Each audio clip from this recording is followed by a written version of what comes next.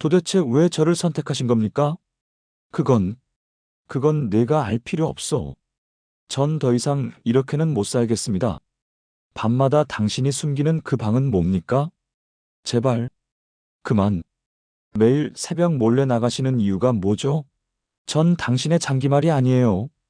민서가, 난 그저 다른 남자가 있는 거예요? 그 사진 속 남자가 아직도. 그만, 이만 돌아가. 제발.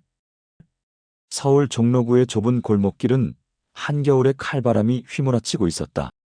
2월의 마지막 밤, 달빛조차 스산하게 느껴지는 시각이었다. 종로의 오래된 건물들 사이로 불어오는 바람은 마치 오래된 이야기를 속삭이는 것만 같았다. 그 한밤중에 한 할머니가 장바구니를 쏟고 말았다. 바구니 속 계란들이 하나둘 깨지며 달빛 아래 은은하게 반짝였다. 낡은 전등이 깜빡이는 골목길, 매서운 한기 속에서 홀로 서 있는 작은 실루엣. 정금나는 자신의 두 손을 바라보았다. 82년의 세월이 고스란히 담긴 그 손은 이제 떨리고 있었다. 50년 동안 수만 개의 빵을 만들어 온 그 단단한 손이 이제는 한 바구니도 제대로 들지 못하고 있었다. 바로 그때 한 청년의 발걸음 소리가 고요한 골목길에 울려 퍼졌다. 편의점 야간 알바를 마치고 돌아가던 강민석의 발걸음이었다. 그는 잠시 망설였다. 25시간 연속 이어진 알바와 강추위로 온몸이 지쳐 있었고 허름한 고시원의 좁은 방이 그를 기다리고 있었다. 하지만 그의 발걸음은 자연스럽게 할머니를 향해 움직였다. 괜찮으세요, 할머니?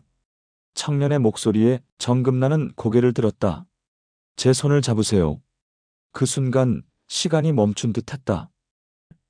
가로등 불빛 아래 서 있는 청년의 모습이 30년 전 그날의 기억을 되살렸기 때문이다. 까만 머리에 청년다운 날카로운 눈매, 하지만 그 속에 담긴 따스한 눈빛은 너무나도 익숙했다. 마치 그날의 윤우를 보는 것만 같았다. 이런 날씨에 혼자 다니시면 위험하실 텐데요. 민석은 쪼그려 앉아 깨진 계란들을 정리하기 시작했다. 그의 손끝에서는 온기가 느껴졌다. 하루 종일 편의점 카운터에서 일하고 그 전에는 식당 알바를 뛰었을 터인데도 그의 미소는 따뜻했다. 정금나는 말을 잃었다. 30년 전 그날도 이런 날씨였다. 마지막으로 윤우를 본 그날도. 행복한 빵집의 사장 정금나는 종로에서 알아주는 여장부였다. 50년간 한자리를 지키며 수많은 풍파를 견뎌온 그녀였다.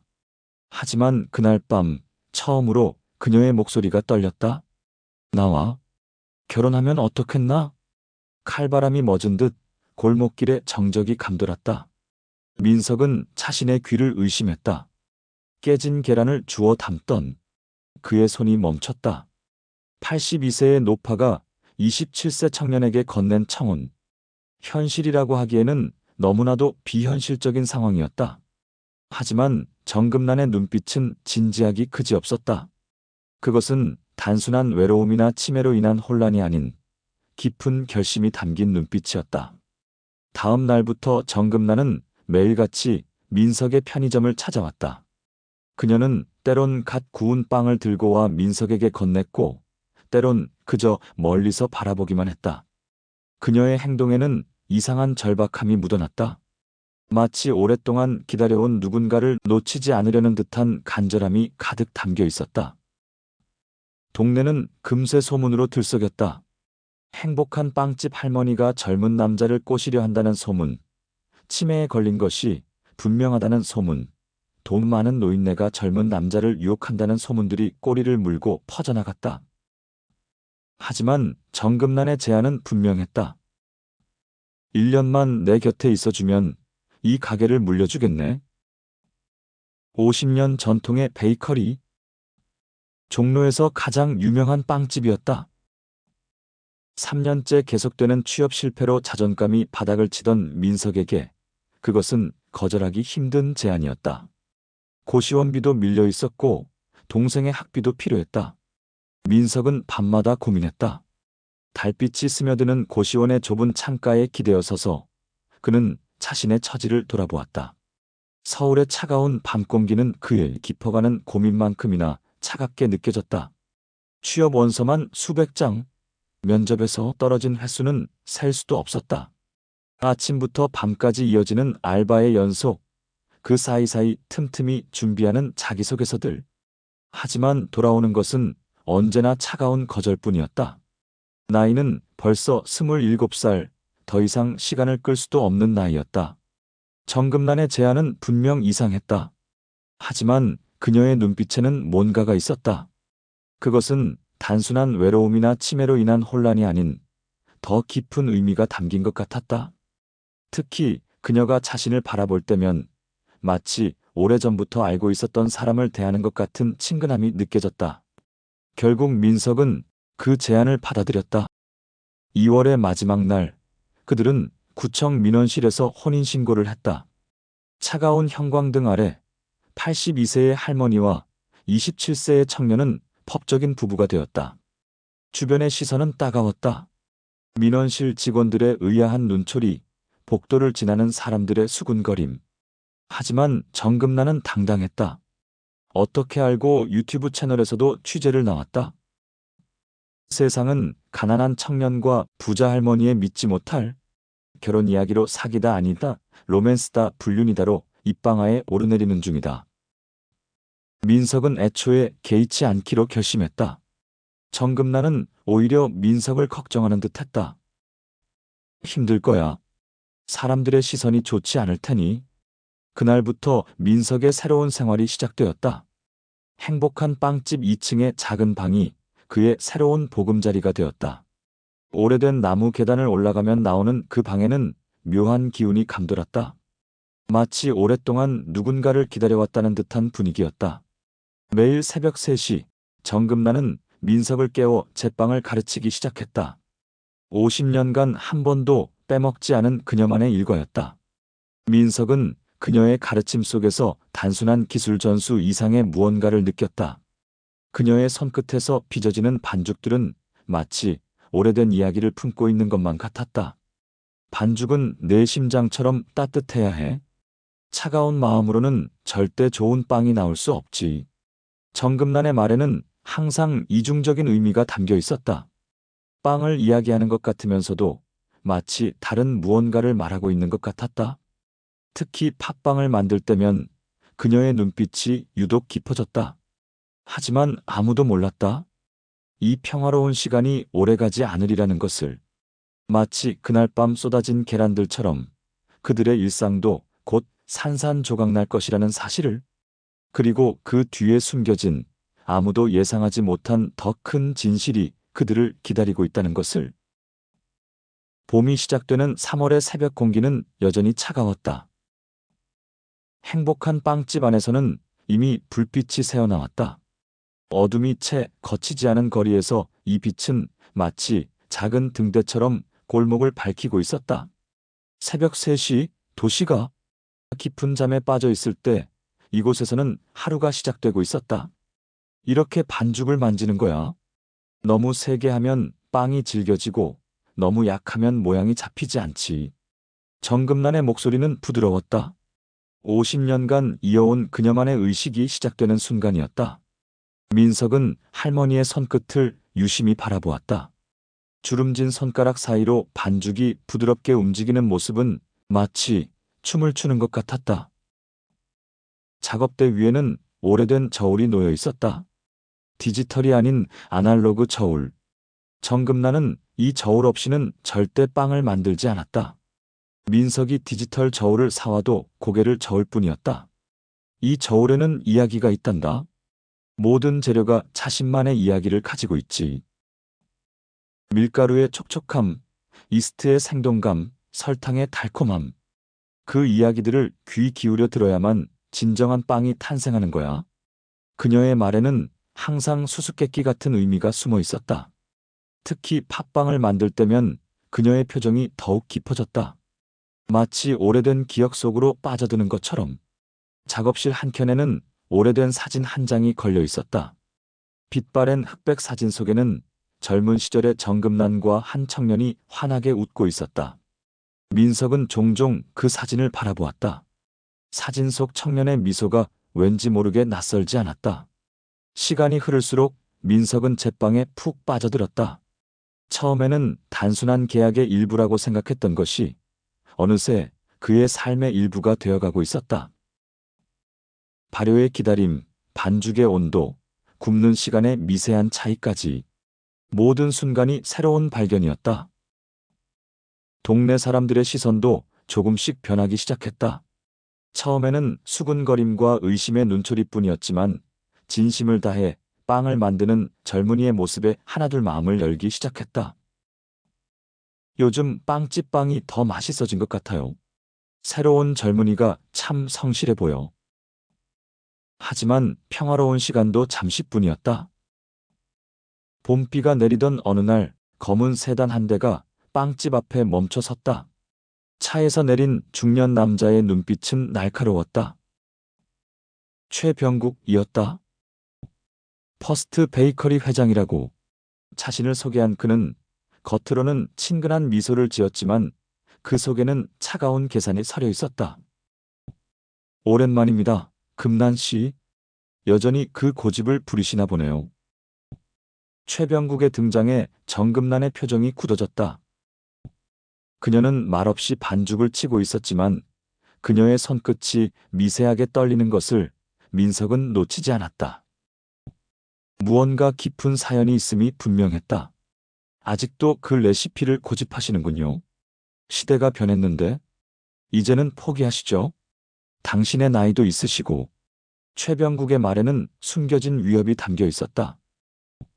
그가 떠난 후 빵집 주변에는 하나둘 퍼스트 베이커리 간판이 들어서기 시작했다.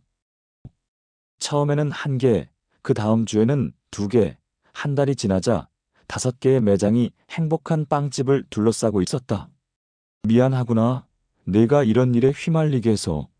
어느 날 밤 정금난이 민석에게 작은 목소리로 말했다. 그녀의 목소리에는 깊은 후회와 두려움이 묻어 있었다. 민석은 처음으로 할머니의 눈에서 눈물을 보았다. 그날 밤 늦게 2층 방에서 그는 할머니의 훌쩍이는 울음소리를 들었다. 최병국의 방에는 날이 갈수록 노골적이 되어갔다.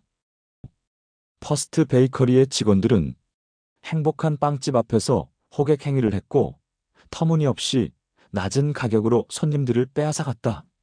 더 교묘한 것은 소문이었다. 위생 상태가 좋지 않다더라. 치매 걸린 할머니가 운영하는 가게라며 젊은 남자랑 결혼한 게 수상하지 않아? 악의적인 소문들이 동네를 떠돌았다. 오랜 단골들마저 하나둘 발길을 돌렸다. 매출은 급감했고 매일 아침 만드는 빵의 양도 줄여야 했다. 하지만 정금난은 발효종을 버리지 않았다. 50년간 이어온 그 생명력을 포기할 수 없다는 듯이. 이 발효종은 우리 가게의 심장이야. 이걸 포기하는 순간 우리의 모든 것이 끝나는 거지. 민석은 밤마다 고민했다. 무언가 할 수 있는 일이 있을 것만 같았다. 하지만 거대 자본을 앞세운 퍼스트 베이커리의 압박은 너무나 강력했다. 그럼에도 불구하고 정금난은 묵묵히 자신의 일을 이어갔다. 그러던 어느 날 아침 정금난이 쓰러졌다. 평소와 다름없이 새벽 3시 반죽을 시작하려던 순간이었다. 민석은 급히 구급차를 불렀다. 병원에서는 과로와 스트레스라고 했지만 그것이 전부가 아니라는 걸 민석은 직감적으로 알 수 있었다. 병실에서 우연히 발견한 30년 전 신문 스크랩이 모든 것을 말해주고 있었다. 종로구 베이커리 사장 투신 자살, 거액의 채무와 협박을 받아온 정황 발견이라는 헤드라인 아래 젊은 시절의 정금난이 오열하는 사진이 실려 있었다. 민석은 그제야 이해할 수 있었다. 할머니의 남편 최병국의 등장, 그리고 지금의 이 상황까지. 모든 것이 30년 전부터 이어져 온 긴 이야기였던 것이다. 거기에는 아직 밝혀지지 않은 또 다른 진실이 숨어 있을 것만 같았다. 병실 창가에 서서 봄비를 바라보며 민석은 굳은 결심을 했다. 이제는 자신이 할머니를 지켜드릴 차례였다. 단순한 계약 결혼으로 시작된 이 관계는 이미 그 이상의 의미가 되어 있었다. 봄비는 계속해서 내렸고 창밖으로 보이는 벚꽃잎들이 빗방울에 젖어 떨어졌다. 민석은 할머니가 그토록 소중히 지켜온 것이 단순한 빵집이 아니었다는 것을 깨닫기 시작했다. 그것은 누군가를 향한 깊은 그리움이었고 용서받지 못한 후회였으며 절대로 놓칠 수 없는 마지막 희망이었다. 그리고 이제 그 희망을 지켜내는 것이 자신의 몫이 되었다는 것을 민석은 마음 깊이 받아들이고 있었다. 봄이 깊어갈수록 종로의 거리는 활기를 띠었지만 행복한 빵집의 창가에는 점점 더 짙은 그림자가 드리워지고 있었다. 정금란의 건강은 나날이 악화되어 갔다. 의사는 단순 과로라고 했지만 그녀의 눈빛은 날이 갈수록 흐려져만 갔다. 마치 오래전 잃어버린 무언가를 찾는 듯한 공허함이 그 눈동자에 깃들어 있었다. 그럼에도 매일 새벽 3시 정금란은 어김없이 일어났다. 그녀의 발걸음은 불안정했고 손끝은 미세하게 떨렸지만 발효종을 만지는 순간만큼은 여전히 단단했다. 30년 전부터 이어온 그 의식만큼은 한 번도 거르지 않았다. 오늘은 쉬시는 게 어떠세요? 제가 대신. 안 돼. 정금란의 목소리는 단호했다. 그녀의 거절에는 깊은 의미가 있었다. 이 발효종은 내가 아니면 안 돼. 이건 윤우가 마지막으로. 말끝을 흐리는 할머니의 눈가에 이슬이 맺혔다. 민석은 그제야 알았다. 그 발효종이 단순한 반죽이 아니라는 것을. 30년 전 윤우가 마지막으로 만진 것이라는 사실을.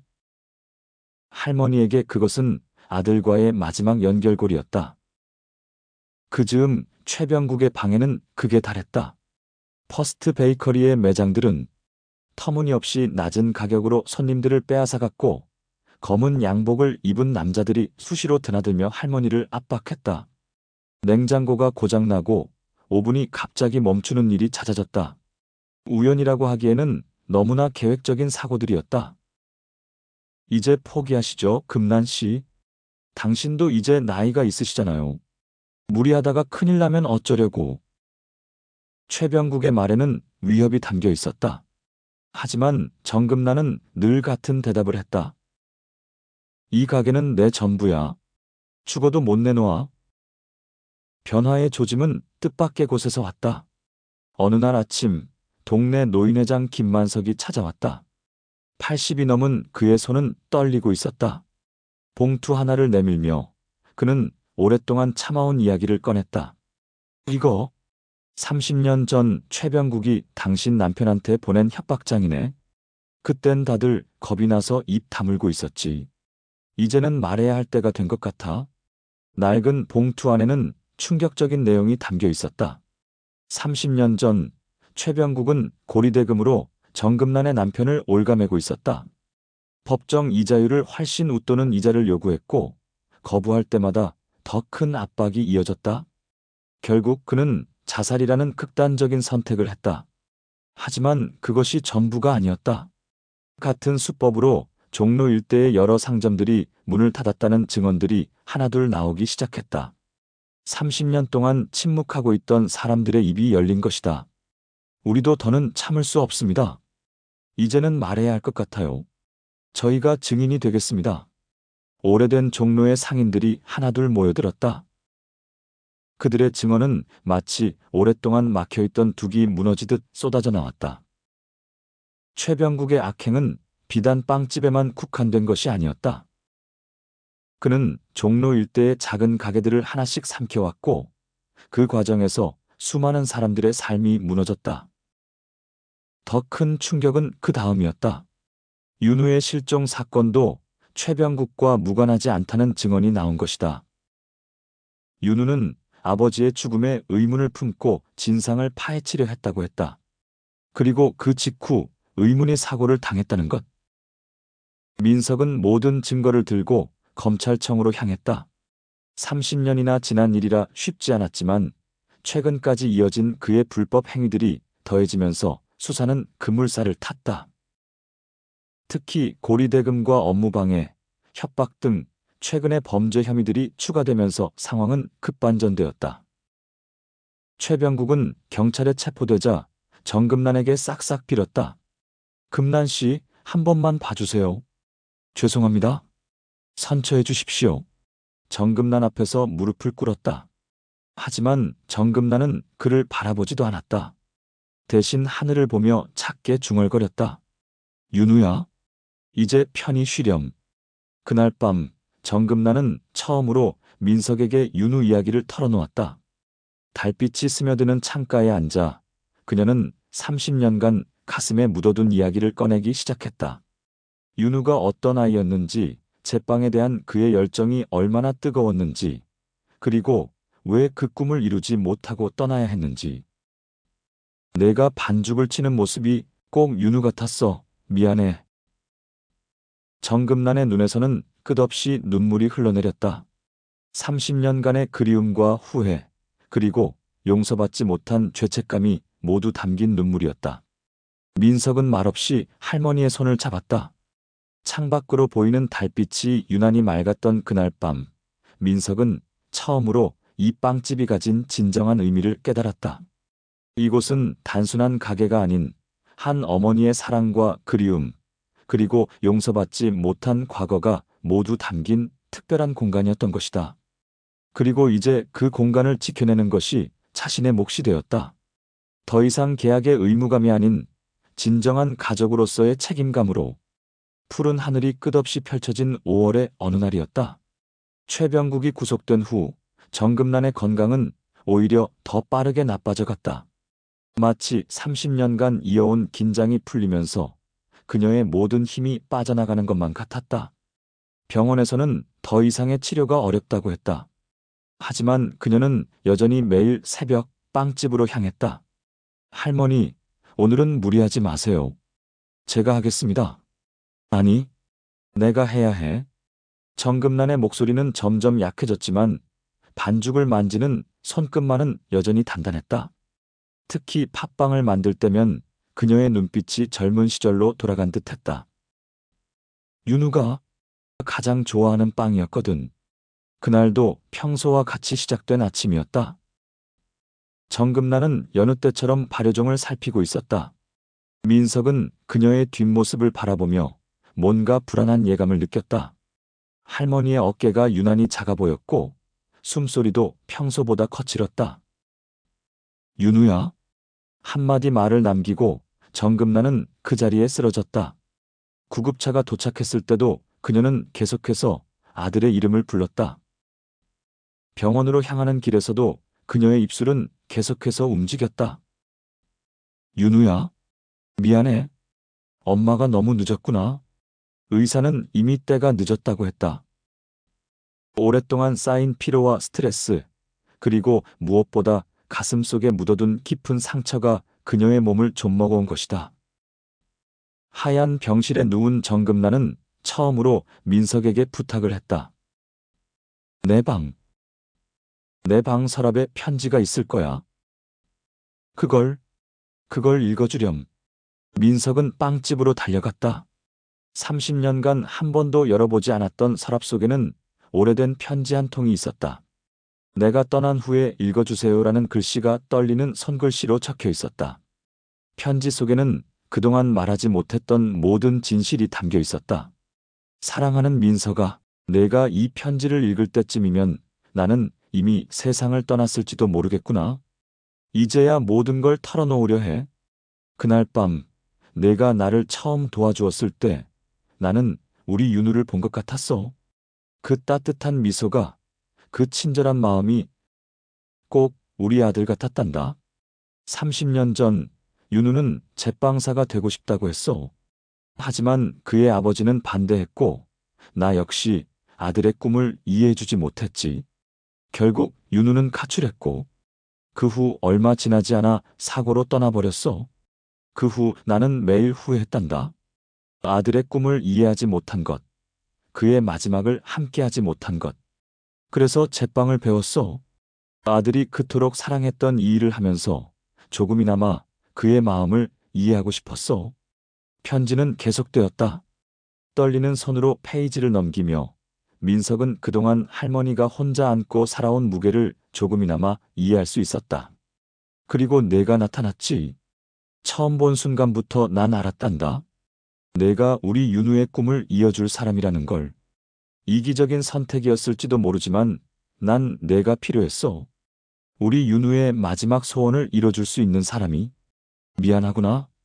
진작 말했어야 했는데. 하지만 넌 내 예상보다 더 훌륭한 제빵사가 되었어. 윤우도 하늘에서 널 자랑스러워할 거야. 마지막 페이지에는 특별한 부탁이 적혀 있었다. 2층 내 방 장롱 맨 아래 서랍에 윤우의 제빵 노트가 있어. 그건 윤우가 남긴 유일한 것이야. 이제 그건 내 것이란다.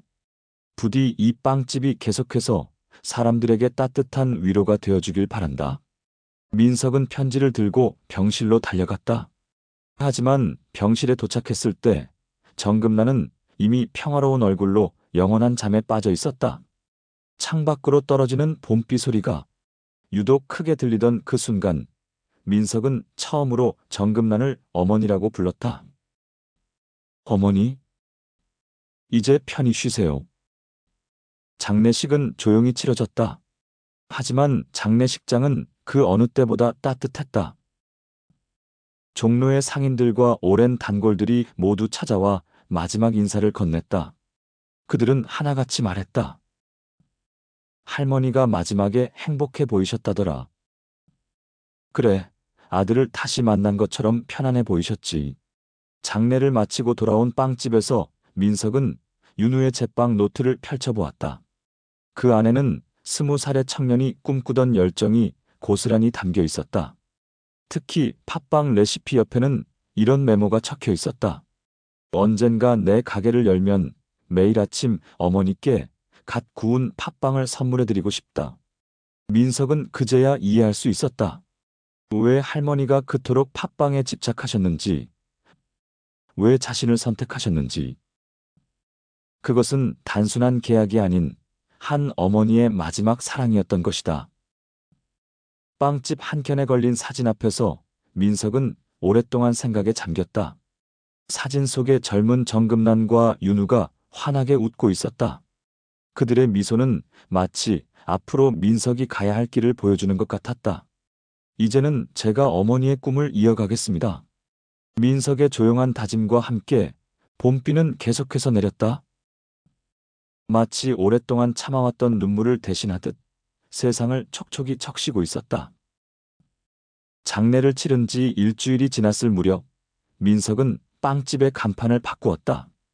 행복한 빵집이라는 오래된 간판 대신 윤우의 빵집이라는 새 간판이 걸렸다. 그것은 단순한 이름의 변화가 아닌 새로운 시작을 알리는 선언이었다. 여전히 매일 새벽 3시 빵집에서는 불빛이 새어나왔다. 어둠이 채 거치지 않은 거리에서 이 빛은 마치 등대처럼 골목을 밝히고 있었다. 민석은 정금난 할머니가 그랬던 것처럼 가장 먼저 발효종을 살폈다.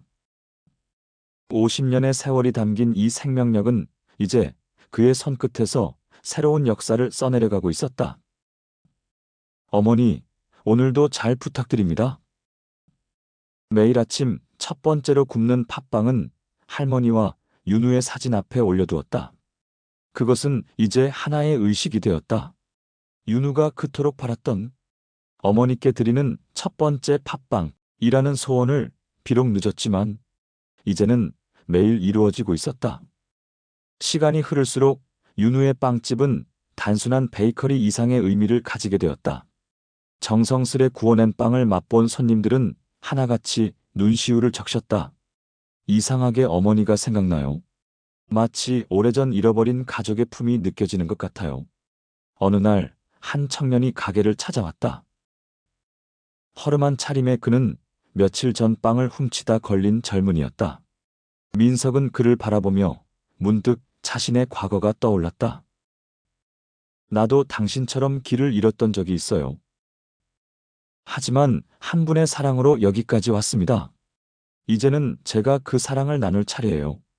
그렇게 시작된 제빵 교실은 입소문을 타기 시작했다. 취업에 실패한 청년들, 어려운 환경의 청소년들, 그리고 새로운 시작을 꿈꾸는 이들이 하나둘 모여들었다. 그들에게 윤우의 빵집은 단순한 기술을 배우는 공간이 아닌 새로운 희망을 발견하는 곳이 되었다. 3년이 지난 지금 매년 20명의 청년들이 이곳에서 제빵을 배우고 있다. 그들은 각자의 가게를 열어 자신만의 이야기를 써내려가고 있다. 그들의 가게 이름은 모두 다르지만 한 가지 공통점이 있다.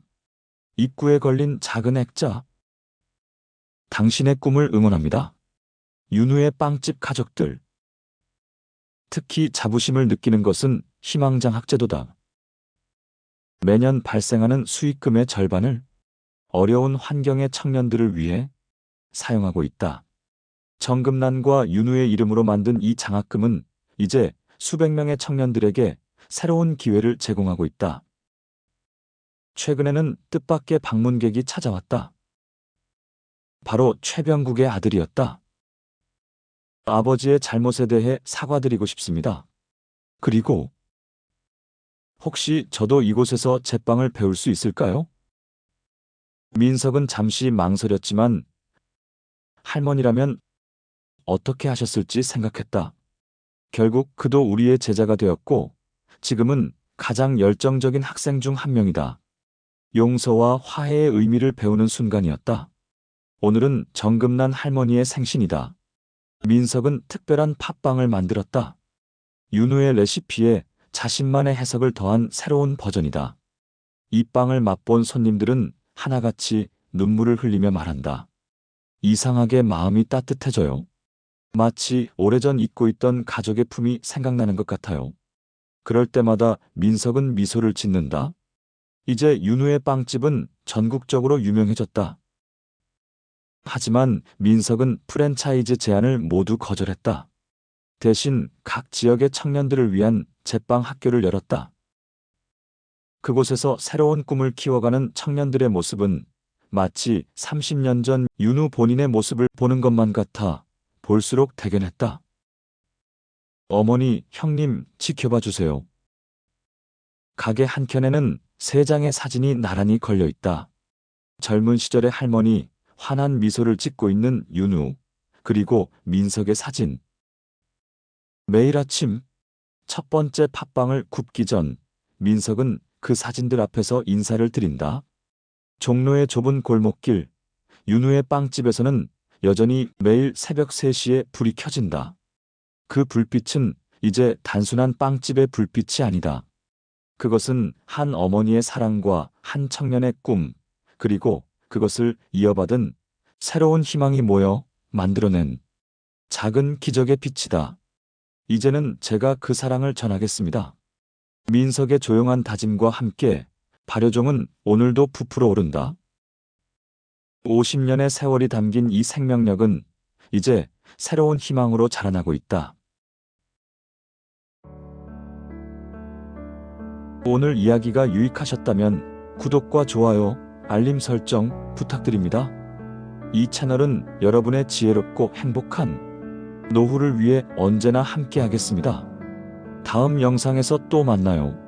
세상을 사는 지혜TV 세상사연 영상이었습니다.